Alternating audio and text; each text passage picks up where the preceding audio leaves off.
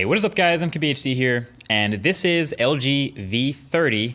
This is way better than any other phone LG's ever made, and it is so very 2017. So LG was nice enough to send over a V30 a little bit early for me to take a look at it, so I've spent a little time with it, and it's kind of funny. It's basically the opposite of the Essential phone I just reviewed, like in every imaginable way. It's kind of impressive. One is a minimal, sort of bare bones, small stock phone from a pretty new company, while the other is a big, feature-packed, really richly enhanced Android flagship from a well-established company that's done this before. Now, technically, they don't want us reviewing it yet, since this is pre-release hardware and software, but I really want to share it with you guys because it's so good. So these are the top 5 things that you should know about this phone in order. So number 5 is all the little things, all the attention to detail in this phone. And I think a lot of this can come from the fact that LG has had a lot to learn from the V20 and the G6 and the G5, but some of it is just knowing what people want. And this phone checks pretty much all of the boxes imaginable. It has expandable storage via micro SD for those who like it. It has wireless charging. It has fast charging. It has USB Type-C, of course. It has IP certified waterproofing. It has a headphone jack, and not only does it have a headphone jack, but it backs it up with a 32-bit quad DAC that audio enthusiasts will really like. The removable battery might be gone, but the 3,300 milliamp hour battery on board here is pretty promising, if not standard for this size. It's not something I've tested, but fast charging and wireless charging should back that up. So again, it seems like the opposite of that Essential phone, which for 700 bucks had literally none of the things that I just mentioned. It gets the fingerprint reader right also. It puts it in the middle of the back. If you're gonna put it on the back of the phone, that's where it's actually reachable, Samsung. And it also doubles as a power button still, which is kind of LG's thing. So the V30 checks all the boxes in a way that no other smartphone this year really has, except for maybe the $1,000 Note 8. So number 4 is the software. And I've said this a couple times in previous videos, but I'm not the biggest Android skin fan, so it takes a lot for me to say this about a phone, but I really don't mind this skin. And I think a big part of that for me is how many features LG's added. Again, think the opposite of the Essential phone. This is an LG skin on top of Android 7.1.2. Fingers crossed for it getting updated to 8.0 quickly. And right off the bat, it doesn't feel too cartoonish or weird. There is a bit of bloatware, but most of it you can remove or hide if you want. And performance is not only smooth, as you would expect, but like really fluid. High frame rate animations. You can't say that about every new phone with the skin, but yeah, it just buries so many features in the settings to mess with if you want. You know how previous V-series phones, the V10, the V20 had that second screen? Obviously this one doesn't have that, but they do have this optional floating bar so you can bring it in from the edge and keep some app shortcuts there or your favorite actions, whatever you want. It's basically kind of like Apps Edge on the new Samsung phones. You can rearrange the buttons in the bottom of the phone in any order you want, so you can add or remove buttons, place it exactly how you want. If you take a lot of screenshots, you can add that capture button there. I'm happy to see that still exists. And there's all these smart settings too to adjust profiles, basically based on different scenarios. So when you're at home, it might turn on Wi-Fi and Bluetooth and turn down the brightness and set your alarm. But when you get to work, it does something different. It has a couple themes built in too, and then of course a themes store if none of the built-in ones suit your fancy. So if you're into that, you can really make this phone look a lot different. So there's a lot going on here with the software. Obviously, because it's Android, you can use as much of it or as little of it as you want. So you might not be interested in any of the things I just mentioned, in which case you never touch them.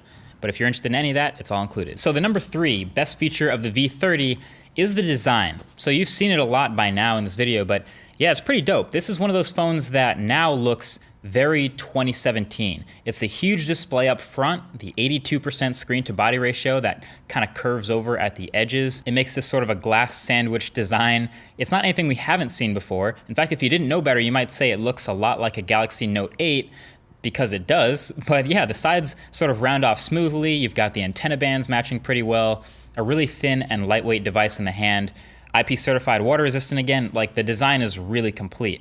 And this is sort of what you would expect when you put a dream phone together. Minimal bezels. The camera bump on the back is the tiniest of bumps, so no big deal. It doesn't rock the phone or anything when it's down. And the logos aren't too much of an eyesore either. Literally my only real complaint with the design is I wish they put the headphone jack on the bottom. That's it. So everything else is props to LG. So then we get to number 2. And the number 2 best feature on this phone is the display itself up front. This new screen is incredibly good. It's a 6-inch 2880 by 1440p OLED display, and it gets crazy bright, so I don't have a nits rating for it, but it is totally visible outdoors, much more easily than most, and it honestly rivals some of the best Samsung displays we've seen in the past year or two in colors and brightness and clarity and saturation. Now obviously 2880 by 1440, that's an 18 by 9 aspect ratio, or as I like to call it since I learned fractions, 2:1. So it's a bit narrower than your typical 16 by 9. So when you're watching videos or using certain apps, sometimes gaming, you'll get these black bars on either side of the display. But again, it's not that big of a deal since it's an OLED and the black parts of the screen go completely blank. The viewing angles are pretty good. The curved corners are really great. I mean, this is an all-around great display, and I think this is what would really put it on the map for me. If I hadn't seen this phone in person and I was just kind of curious about it and I saw this screen, that's why I would be interested in it. And then it would get me to the rest of the stuff. But that's just the second best thing. So to top that, the number one best feature on the V30 is around the back, and it's that camera, or those cameras. This phone sports dual cameras again, like all its older brothers. On the back, it's one 16 megapixel f1.6 main camera with OIS, and then a secondary super wide angle 13 megapixel f1.9 camera. And they've done these dual cameras before with the wide angle secondary, this time just with pretty much everything around them being improved. So the main camera's a lot better.